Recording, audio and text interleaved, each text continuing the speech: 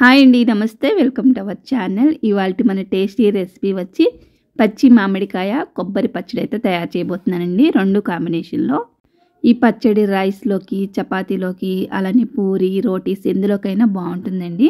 ఇప్పుడైతే ఏమేమి కావాలో చూసేద్దాం రండి. ఇక్కడ వచ్చేసి ఒక మీడియం సైజు మామిడికాయ తీసుకున్నానండి. అలానే ఒక కొబ్బరి చెక్క, వీటిని పొట్టు తీసేసాను. మామిడికాయ మెద్ది చిన్న చిన్న ముక్కలుగా కట్ చేసేసుకున్నానండి. మామిడికాయ ముక్కలు అలానే కొబ్బరికాయ ముక్కలు కూడా. ఇప్పుడు స్టవ్ వెలిగించుకొని ప్యాన్ పెట్టుకొని దాంట్లోకి కొంచెం 2 స్పూన్ల ఆయిల్ అయితే వేసుకున్నానండి. తర్వాత వచ్చేసి జీలకర్ర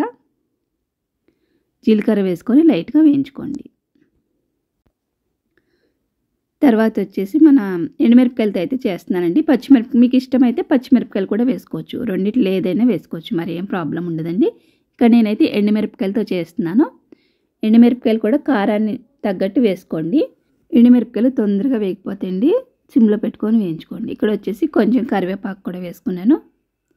కరివేపాకు వేసుకున్న తర్వాత ఒకసారి మళ్ళీ అంతా కూడా కలుపుకోవాలి. ఇలా వేగిన తర్వాత ఇప్పుడు దీంట్లోకి ఒక 1/2 టీ స్పూన్ పసుపు వేసుకుంటున్నానండి. పసుపు వేసిన తర్వాత మరొకసారి కలుపుకొని ఇప్పుడు మనం కట్ చేసి పెట్టుకున్నాం కదండి మామిడికాయ ముక్కలు అలానే కొబ్బరికాయ ముక్కలు, ఆ రెండు కూడా వేసేసుకొని కొంచెం లైట్గా ఫ్రై చేసుకోండి. మరీ ఎక్కువ అవసరం లేదు, జస్ట్ పచ్చి వాసన పోతే సరిపోతుంది అనమాట. ఇలా కొబ్బరి ముక్కలు అలానే మామిడికాయ ముక్కలు వేసేసిన తర్వాత మళ్ళీ ఒకసారి అంతా కూడా కలబెట్టుకోండి. మామిడికాయ పైన పొట్టు ఉంటుంది కదండి, దాని తొక్క తీసేసేయండి, లేదంటే వగరు వచ్చేస్తుంది అనమాట పచ్చడి అంతా. అందుకనేసి మామిడికాయ పైన తొక్కనైతే తీసేసానండి. తీసేసిన తర్వాత ఇక్కడైతే ముక్కలుగా కట్ చేసుకున్నాను నేను, చిన్న చిన్న ముక్కలుగా.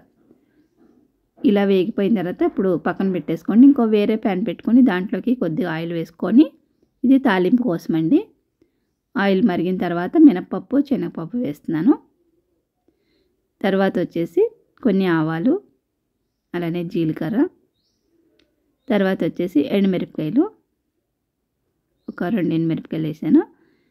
ఇది కొంచెం వేగిన తర్వాత ఇప్పుడు కరివేపాకు కూడా వేసుకొని బాగా వేయించేసుకోండి.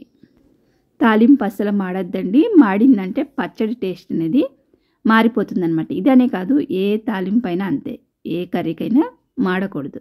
ఇప్పుడు వచ్చేసి లైట్గా ఇంగు వేసుకుంటున్నానండి. ఇది ఆప్షనల్ మాత్రమే, మీకు ఇష్టమైతే వేసుకోండి, లేదంటే స్కిప్ చేసేసేయండి.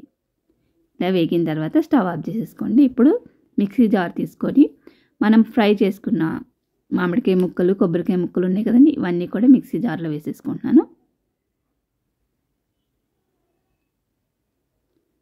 వేసేసుకొని మొత్తం అన్నీ కూడా, మీ దగ్గర రోలు ఉంటే రోట్లో వేసుకొని కచ్చబెచ్చగా కుమ్ముకోండి, బాగుంటుంది రోట్లో రుబ్బితే.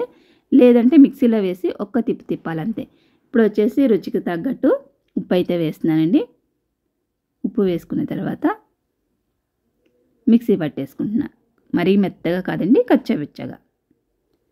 ఇప్పుడు కొన్ని వెల్లుల్లిపాయ రేకలు కూడా వేసుకుంటున్నాను. ఒకసారి మిక్సీ తిప్పుకున్న తర్వాత వెల్లుల్లిపాయ రేకలు వేసాను. అలానే కొంచెం నీళ్ళు వేసాను. ఇంకా చింతపండు వేయట్లేదండి, ఆల్రెడీ మనం మామిడికి వేసాం కదా, అందుకని చింతపండు వేయలేదు. కొద్దిగా వాటర్ వేసేసి మిక్సీ అయితే ఇలా బరకగా పట్టేసుకున్నానండి. మరి మెత్త గంధంలా కాకుండా ఇలా ఉండాలన్నమాట పచ్చడి. మామిడికాయ బాగానే పుల్లగా ఉందండి, అందుకని నేను ఇంకా చింతపండు వేయలేదు. ఒకవేళ పులుపు తక్కువ ఉంటే కొంచెం చింతపండు కూడా యాడ్ చేసుకోండి. లేదు మేము కొబ్బరికాయ పచ్చడి ఒకటే చేస్తున్నాము, మామిడికాయ వేయట్లేదు అనుకుంటే అప్పుడు కంపల్సరీ చింతపండు వేయాలన్నమాట. ఇక్కడ వచ్చేసి పచ్చడిని అంతా కూడా బౌల్లో వేసేసుకుంటున్నాను. వేసేసిన తర్వాత మనం ఆల్రెడీ పోపు చేసి పెట్టుకున్నాం కదండి, అది ఈ పచ్చడిలో అయితే వేసేస్తున్నాను. ఎప్పుడైనా మీరు చేసుకోండి.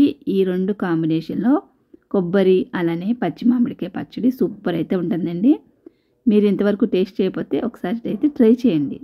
ఈ పచ్చడి బయట ఉన్న ఏం ప్రాబ్లం ఉండదండి, ఒక రోజంతా కూడా బయట ఉన్నాయి, మనకేం చెడిపోదు. లేదంటే కొబ్బరి ఒకటి అయితే బయట పెడితే వాసన వచ్చేస్తుందండి. ఇప్పుడు మనం ఏంటంటే మామిడికి వేసాం కదా, పులుపు తగిలింది కాబట్టి ఇంకా స్మెల్ రాదనమాట. ఒక రోజంతా కూడా బయట ఉన్న ఏం స్మెల్ రాదు. అలానే ఫ్రెండ్స్, వీడియోని అయితే లైక్ చేయండి, అలానే సబ్స్క్రైబ్ చేసుకోవడం మర్చిపోద్దు. మరొక రెసిపీతో మళ్ళీ కలుస్తా. Bye bye.